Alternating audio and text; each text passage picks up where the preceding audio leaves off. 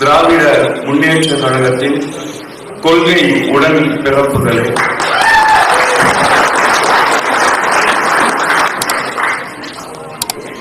தேர்தலிலே சந்தித்த மிகப்பெரிய தோல்விக்கு பிறகு மிக சிறிய அளவில் இளைஞர்களை வலுப்படுத்த வேண்டும்.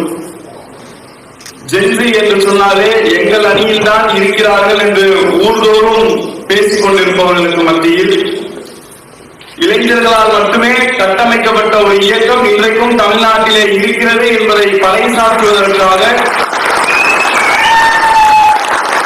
மிக சிறிய ஒரு 20 நபர்களை வைத்து மட்டுமே துவங்க வேண்டும் என்று துவக்கப்பட்ட ஒரு கூட்டம் இன்றைக்கு வாரந்தோறும் எல்லா சனி ஞாயிறுகளிலும் தமிழ்நாடுகளில் இருக்கக்கூடிய ஒவ்வொரு மூலை முடுக்குகளிலும் இன்றைக்கு ஜென்சி டிஎம்கே என்ற பெயரில் இந்த கழகத்தை காப்பதற்காக இளைஞர்கள் இருக்கிறார்கள் என்பதை பறைசாற்றக்கூடிய வகையில் ஏறத்தாழ இதுவரைக்கும் ஒரு மாதத்தில் மட்டும் 15,000க்கும் மேற்பட்ட இளைஞர்கள் இந்த கொள்கையின்பால் ஈர்க்கப்பட்டு இந்த கொள்கையை இன்றைக்கு சமூக வலைதளத்தில் பேசக்கூடிய வகையில் தள்ளப்பட்டிருக்கிறார்கள்.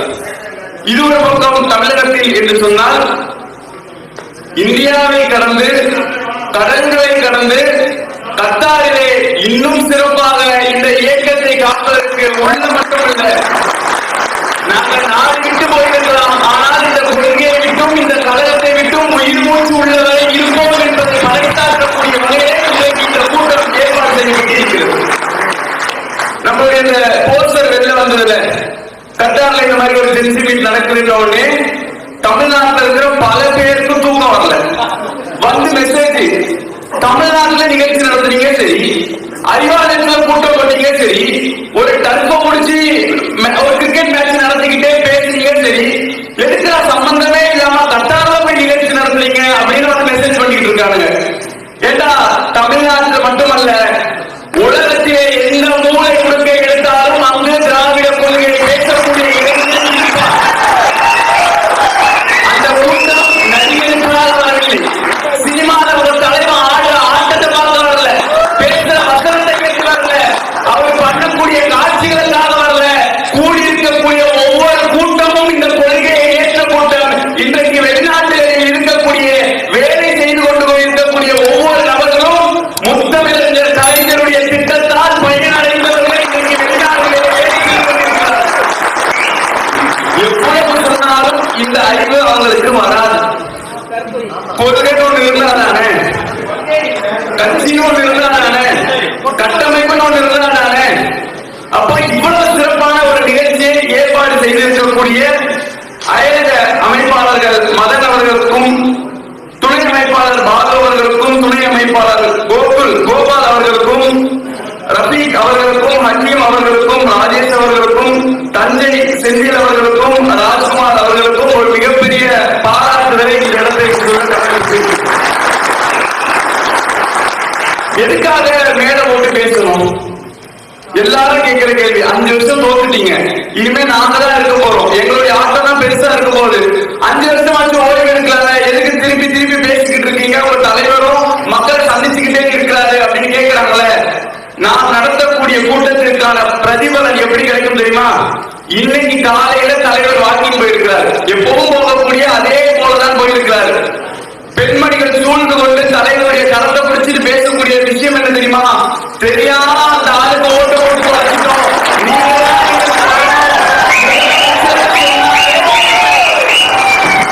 தமிழ்நாட்டை காக்க வேண்டும் என்றால், தமிழ்நாட்டை உயர்த்த வேண்டும் என்றால், முதலமைச்சர் என்று ஒருவர் வர வேண்டும் என்றால் அது முத்துவேல் கருணாநிதி ஸ்டாலின் உங்களுக்கு மட்டும்தான் பேசக்கூடிய வகையில் சிறுவர்கள் பேசுறாங்க. ஸ்டாலின் தந்தாரே நல்லா ஆட்சி பண்ணாரு, எங்க மாமா என்ன பண்ணிக்கிட்டு இருக்கிறாரு சிறுவர்கள் எந்த அளவுக்கு ஆட்சி. தேர்தலில் பல்வேறு வாக்குறுதிகள், ஏன்னா அவருக்கும் தெரியும் எதிர்த்து வேணாலும் நடக்கட்டுமே, இந்த ஈரான் போர் கூட முடிஞ்சிடும், பாலஸ்தீன கூட சுதந்திரம் நடந்துடும், ஆனா தமிழ்நாட்டில் நாம ஜெயிக்கவே மாட்டோம்னு நம்பிக்கிட்டு இருந்த ஒரு கூட்டம் திடீர்னு எப்படியோ ஒரு காத்தடிச்சு ஜெயிச்ச உடனே ஆட்டம் இருக்கு, எப்படியும் ஜெயிக்க மாட்டோம். வாக்குறுதிகள் கூட என்ன வாக்குறுதி? அண்ணன் சீர், தாய்மாமன் சீர், அன்னபூர்ணி சொன்னதுக்கு போரே தோணுது. தங்கம் போடுறாரு சொன்ன உடனே சாயங்காலம் கூட்டணியில் இருக்கக்கூடிய பாஜகவினுடைய பிரதமர் பேட்டி கொடுக்கிறாரு, தங்கத்தில் ஓட்டம் முதலீடு பண்ணிடாதீங்க. வாய் வச்சதும் சரியில்லை, வந்த நேரமும் சரியில்லை, வளர்ந்துகிட்டு இருந்த ஒரு மாநிலத்தை தலைமாற்றத்துக்கு கொண்டு போகக்கூடிய வேலைகளை செய்யறாங்க. கொடுத்த வாக்குறுதி எதையாவது நிறைவேற்றினாரா? பெண்கள் பாதுகாப்பு திமுக ஆட்சியில சரியில்லைன்னாரு, வந்து 60 நாட்கள் கடந்துருச்சு, பெண்கள் பாதுகாப்பா இருக்காங்களா? எத்தனையோ பாலியல் வன்கொடுமை நடக்குது. வீடு பூண்டு கெடுக்கிறான், வீடு பூண்டு கொள்ளையடிக்கிறான். கூட இவர் முதலமைச்சர்னா கூட ஒரு முதல் போட்டு அமைச்சர் இருக்கிறாரு, அவரோட வியாபாரம் லாட்டரி டிக்கெட் விற்கும். தமிழ்நாட்டில் எங்க பார்த்தாலும் லாட்டரி டிக்கெட். யாரும் தவறு பண்ண விட மாட்டேன், தொட்டா விட மாட்டேன், தொட்டபடியும் விட மாட்டேன். என்னடா பண்ணுவேன்? கூட்டணியில சேர்த்து வச்சுப்பேன். லாட்டரி டிக்கெட் வியாபாரம் எப்படி படுஜோரா நடக்குதோ மற்றொரு பக்கம் குட்கா வியாபாரம் சேர்ந்து நடந்துட்டு. அப்ப இப்படி ஒரு ஆட்சியை கொடுக்குறீங்க, நாங்க கேட்கிறோம். பல வாக்குறுதிகளை கொடுத்தீங்களே, ஏங்க அதை செய்ய மாட்டீங்கன்னு கேட்டா பதில் என்ன? சட்டமன்றத்துல எதிர்கட்சி தலைவர் கேள்வி கேட்கிறாரு, பதில் சொல்ல சொல்றாரு, ஆள் பேசுறாரா? நாங்க கோரிக்கை கூட வச்சோம். வெள்ளா திருச்சியில இடைத்தேர்தல் வருது, மதுராந்தகத்துல இடைத்தேர்தல் வருது, ஒரு 6 தொகுதிகளை இடைத்தேர்தல் வருது தானே. அங்க வேணா அவருக்கு ஸ்கிரிப்ட் எழுதி கொடுக்கக்கூடிய ஆளை வேட்பாளராக நிறுத்தி அவரையும் உள்ள அனுப்பி விடுங்க, எழுதி கொடுக்கணும். அப்போவாவது பேசுறாரான்னு பார்த்தா எங்க தலைவருக்கு 10 நாள் அவன் மனப்பாடம் பண்றதுக்கு பண்ணிதான் பேசுவாரு. எந்த வாக்குறுதியும் நிறைவேற்றல. சரி, சொன்னதெல்லாம் செய்ய மாட்டீங்க அப்படின்னு பார்த்தா நம்மளுடைய திட்டங்களுக்கு ஒவ்வொன்றா பேர் மாற்றம். இன்னைக்கு கூட வயசானவங்களா இருக்கிறவங்க ரேஷன் கடையில போய் பொருள் வாங்க முடியாது. ஒரு அரசாங்கம் இதெல்லாம் கவலையே படாதுங்க. உள்ளபடி சொல்றேன், எந்த நாட்டிலுமே ரேஷன் கடையில பொருட்கள் இலவசமா கொடுக்கிறோம், கம்மி விலையில கொடுக்கிறோம் வேணா அரசாங்கம் திட்டம் கொண்டு வரும். அதை போய் வாங்குறதும் வாங்காததும் நம்ம கையில தான் இருக்கு. உனக்கு வீடு தேடி வந்து கொடுக்கணும் அப்படிங்கறதெல்லாம் பெருசா இந்த அரசாங்கமும் செய்யாது. ஆனால் முத்துவேல் கருணாநிதி ஸ்டாலின் ஆட்சி பொறுப்பேற்றவுடன் தாய் மாணவர் திட்டத்தின் மூலமாக மாற்றுத்திறனாளிகள் இருக்கிறீங்களா, முதியவர்கள் இருக்கிறீங்களா, உங்களுடைய வீடு தேடி உங்களுடைய ரேஷன் பொருட்கள் கொண்டு வந்து சேர்க்கப்படும் என்ற திட்டத்தை இந்தியாவே முதலாக அறிவித்தது தமிழ்நாடு. அறிவிப்பு செய்தவர் எம்.கே. ஸ்டாலின். இன்னைக்கு அந்த திட்டத்துக்கு பேர் மாற்றுறதுக்கான முயற்சி நடக்குது. காலை உணவு திட்டம் அப்படிங்கிற பேர்ல ஒரு திட்டம் கொண்டு வந்தாரு. இன்னைக்கு காமராசர் பேர்ல அந்த திட்டத்தை எழுதி வைக்கிறது. விடியல் பயண திட்டத்தை கொண்டு வந்தா பயணத்துல விடியல் தூக்குறது. நான் முதல்வன் என்ற திட்டத்தை கொண்டு வந்தா திட்டத்தில் முதல்வன் என்ற பேரை தூக்கிட்டு தமிழ்நாடு ஸ்கில் கார்பரேஷன் பேர் மாற்றுறது. ஏங்க இப்படி பயப்படுறீங்க, ஏன் இப்படி பதறீங்கன்னு கேட்டா மக்கள் சொன்னா பரவாயில்ல. சபாநாயகர் பேசுறாரு, தமிழ்நாடு முதலமைச்சர் மாண்புமிகு நான் உனக்கு சீட்டை கொடுத்து ஓட்டு வாங்கி வச்சு சபாநாயகர் உட்கார வச்சா நீயும் வந்துட்டு முதலமைச்சர் ஸ்டாலின் தான் சொல்றேன்னா அப்ப நான் எதுக்கு ஜோக்கர் மாதிரி இருக்கிறேன் அப்படிங்கிறத உணர்ந்துகிட்டு முதலமைச்சர் என்று சொன்னாலே ஸ்டாலின் தான் நினைவுக்கு வருகிறார். அப்படின்றால் அவருடைய பெயரை அளிக்க வேண்டும் என்றால் அவர் திட்டத்தை அளிக்கணும். அவரு முதலமைச்சர் என்ற பெயர் எதுதான் இருக்கோ எல்லாத்தையும் மாற்றணும்னு ஒரு பெரிய முயற்சிகளோடு இன்னைக்கு தமிழ்நாட்டில் ஒரு வேகமான ஒரு ஆட்சி. தமிழ்நாட்டில் தொடர்ச்சியா கரண்ட் கட்டு. திருப்பி இப்படி ஒரு மாசம் 2 மாசம் பார்த்துட்டு தமிழ்நாட்டில் இருக்கிற மக்கள் எல்லாம் பெட்டு படிக்க தூக்கிட்டு கஷ்டம் வரணும் போல. எங்க பார்த்தாலும் 2 கட்டு. 1 மணி நேரம் 2 மணி நேரம் இல்ல, வேலையை முடிச்சுட்டு வீட்டுல போய் படுத்த காலைல திடீர்னு வரைக்கும் கரண்ட் வரல. சூரியன் வெளிச்சம் வந்ததுக்கு அப்புறம்தான் விடிஞ்சிருச்சுன்றதே மக்களுக்கு தெரியுது. அந்த அளவுக்கு வீட்டுல இருக்கிறாங்க. அப்ப இவ்வளவு சூழலையும் மக்கள் போராட்டம் ஈடுபடக்கூடிய நேரத்துல சரி வாக்குறுதிக்கு இலவச மின்சாரம் சொன்னாரு, 500 யூனிட் 200 யூனிட் எல்லாம் பேசுறாரு. இன்னைக்கு போன மாசம் நான் கட்டின கரண்ட் பில் 1800 ரூபாய், இந்த மாசம் நான் கட்டின கரண்ட் பில் 8500 ரூபாய். எப்படிங்க ஏறிச்சு? இங்க தோழர் சொன்னாரு, ஐயா நான் கட்டாருக்கு வந்து பல வருஷம் ஆகுது, வீட பூட்டி வச்சிருக்கேன், 1500 ரூபாய் பில்லு போட்டு ரசீது இருக்காங்க, என்ன பண்றதுன்னு கேட்கிறாரு. அப்ப இந்த அளவுக்கு தான் ஒரு ஆட்சி நடக்குது. மக்கள் எல்லாம் ரோட்ல இறங்கி போராட்டம் நடத்துறாங்க. யாரு கிட்ட கேட்கிறது மக்களுக்கு தெரியல. ஏன் வேட்பாளரை பார்த்து ஓட்டு போட்டிருந்தா அவர் வந்து முகத்தை காட்டி இருந்தா பரவாயில்ல. எங்க அண்ணன் சொல்றாரு, எங்க மாமா சொல்றாரு, குழந்தை சொல்றது, சித்தப்பா வந்திருக்காரு, தாய் மாமா வந்திருக்காருன்னு ஓட்டு போட்டாங்க. இன்னைக்கு ஓட்டு போட்டுட்டு யாரை தேர்வு செஞ்சாங்கன்னு தெரியல. மக்கள் எல்லாம் வீதியில இறங்கி போராடிட்டு இருக்கிறாங்க. கரண்ட் வரல, யாராவது வந்து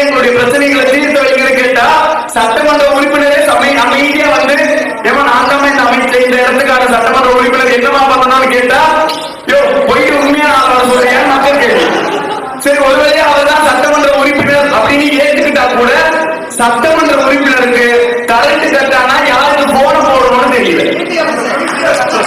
இபி ஆபீஸ் போடுறதா, கமிஷனர் ஆபீஸ் போடுறதா, அதுல பஞ்சாயத்து அந்த இடத்துல ஓடிட்டு இருக்கு.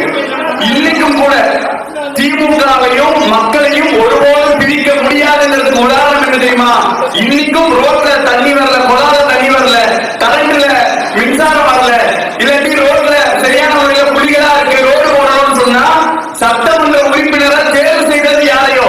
தோற்கடிக்கப்பட்டிருந்தாலும் திமுகவினுடைய சட்டமன்ற உறுப்பினர் வீட்டு வாசலை போய் நின்றுக்கிட்டு ஐயா போனா விட மாட்டாங்க, பார்க்க முடிய மாட்டேங்குது, நீங்க தான் எனக்கு ஏதாச்சும் பண்ணணும் அப்படின்னு சொல்றாரு. எனக்கு ஓட்டே போடுது, நான் எப்படி பேசுறது, அதெல்லாம் தெரியாது, எப்படியாச்சும் எனக்கு என் பிரச்சனையை முடிச்சு விடுங்கன்னு மக்கள் நிற்கிறாங்க. அப்ப இன்னைக்கு எல்லா வகையிலுமே அவர்களுடைய ஆட்சி படு மோசமான ஒரு நிலையில தான் இன்னைக்கு தமிழ்நாட்டில் நடந்துகிட்டு இருக்கு. இதை எதிர்த்து நாம என்ன பண்ணணும்? இளைஞர்கள் இருக்கிறோம், பெரியவர்கள் இருக்கிறோம். வாங்க சொல்றாங்க ஒரு இன்னைக்கு பார்த்தோம்னு சொன்னா பெரியவர்கள் இருந்து சிறியவர்கள் வரைக்கும் அவர்தான் மாற்றம் தருவாரு அப்படின்னு நம்ம வீட்டு பிள்ளைகள் கூட இன்னைக்கு பேசுறாங்கல்ல. இதையெல்லாம் மாற்றி அமைக்கணும் அப்படின்னா நம்ம என்ன பண்ணணும்? எப்படியாவது தமிழ்நாட்டில் மீண்டும் ஆட்சி அமைக்கணும் அப்படிங்கிறது நம்மளுடைய நோக்கம் கிடையாது. தமிழ்நாட்டில் ஒரு நல்ல ஆட்சி அமைக்கணும். அதுக்கு என்ன பண்ணணும்? எதிரிகள் களத்துல இறங்கி போனாதான் நம்மளும் களத்துல இறங்கி பேசலாம். ஆனா சட்டமன்ற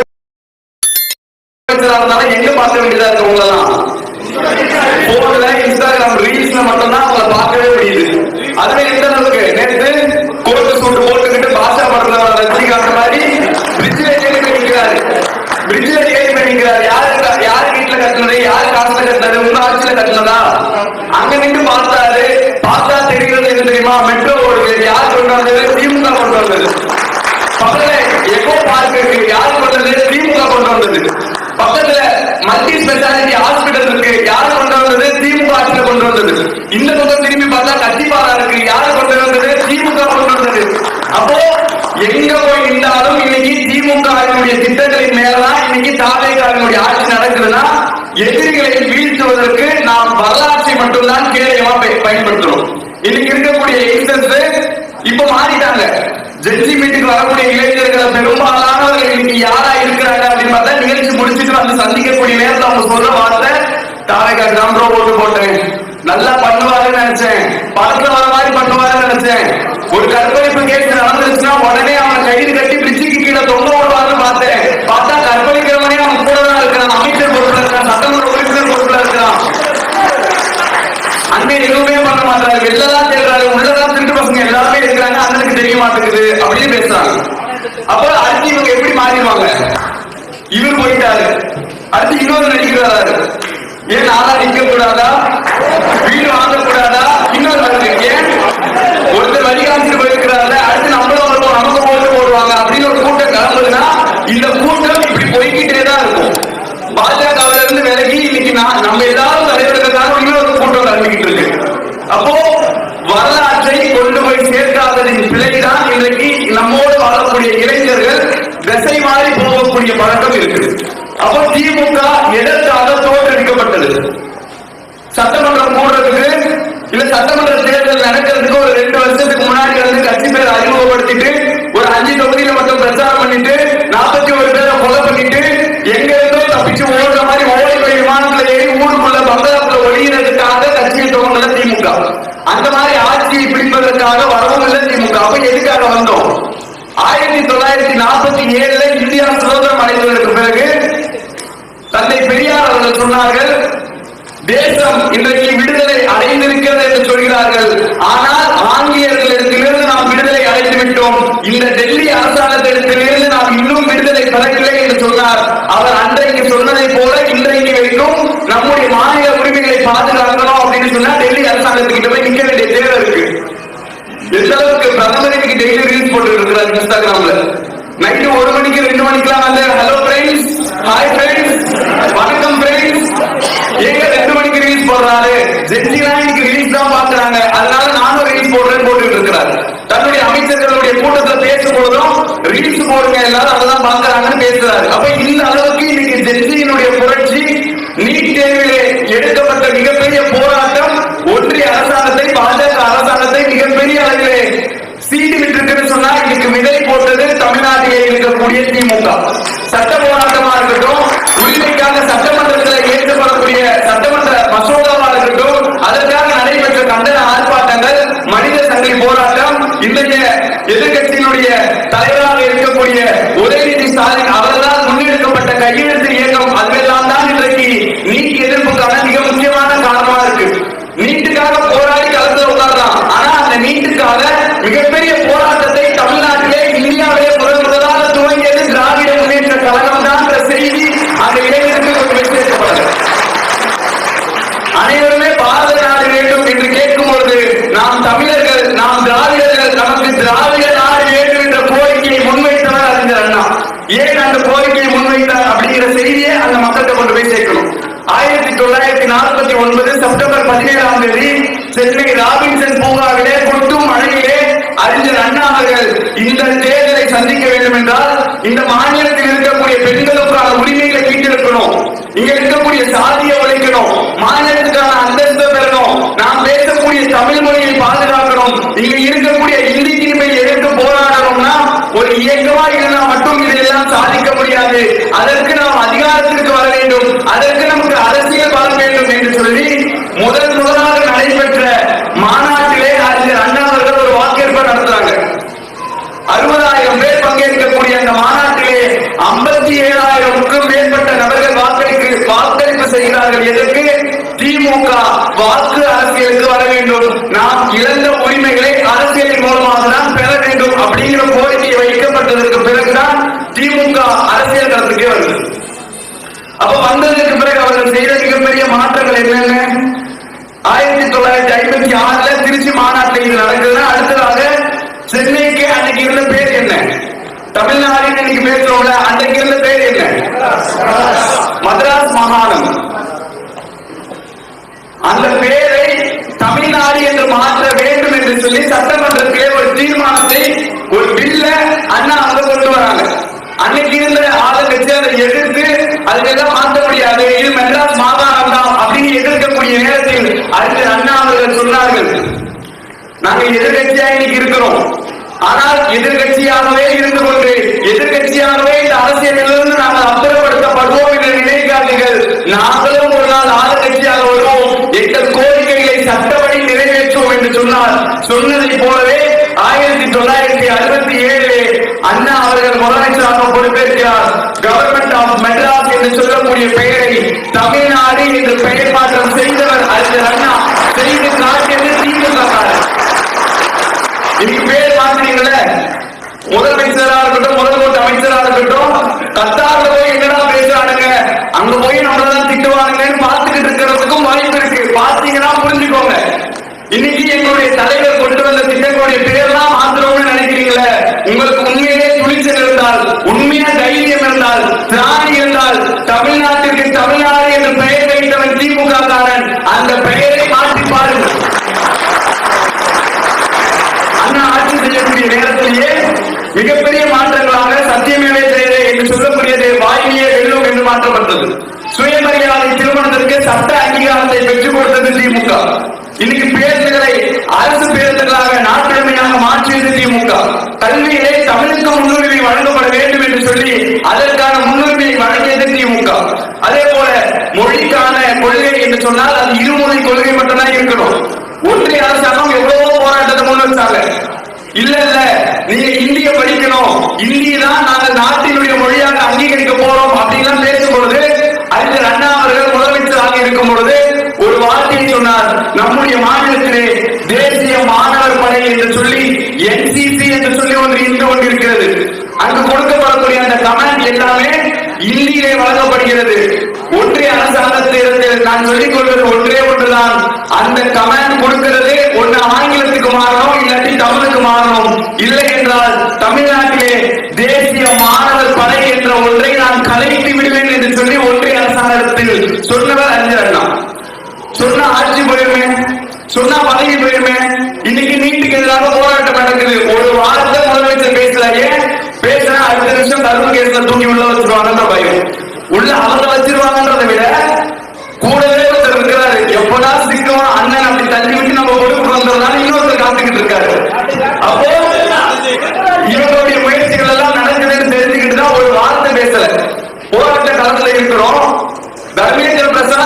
கல்வித்துறை அமைச்சர் ராஜினாமாவே பண்ணிட்டாரு. ராஜினாமா பண்ணிட்டு அடுத்த 2 மணி நேரம் கழிச்சு போராட்ட களத்துக்கு ராஜ்பவன் வராரு. நாங்கள் இந்த போராட்டத்திற்கு ஆதரவு தெரிவிக்கிறோம். எது கல்யாணம் நடந்து முடிஞ்சு வேலைதான் அடிச்சு மாப்பிள்ளை மறுவீடுகள் போனதுக்கு அப்புறம் நாங்கள் ஆதரவு தரோம் வந்து நிக்கிறாங்க. அப்போ எந்த இடத்திலுமே இவங்க அவங்களுடைய குரலை பதிவு செய்தது கிடையாது. ஏன்னா பேசினா ஆட்சி போயிடும், ஏதோ ப்ரூஃப்ல வந்திருக்கும், ஒரு 5 வருஷமாச்சு ஆட்சி பண்ணிட்டு போவோம். எல்லாத்துக்கும் திட்டம் தெரியுமா?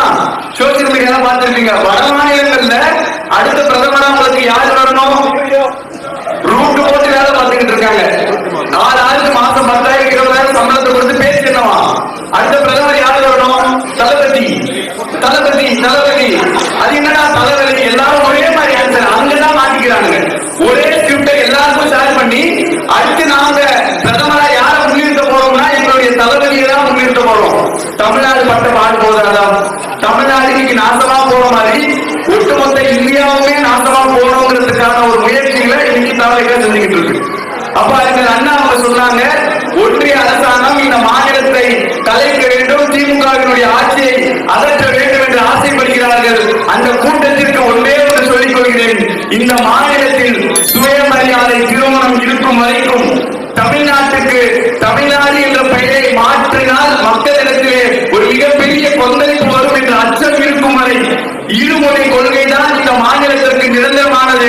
இதை மாற்றினால் தமிழ்நாட்டு மக்கள் வீதியிலே இறங்கி போராடுவார்கள் என்ற அச்சம் இருக்கும் வரைக்கும் தமிழ்நாட்டை இந்த அண்ணாதுரை தான் ஆண்டு கொண்டிருக்கிறார் என்று அந்த அண்ணா சொன்னதை போல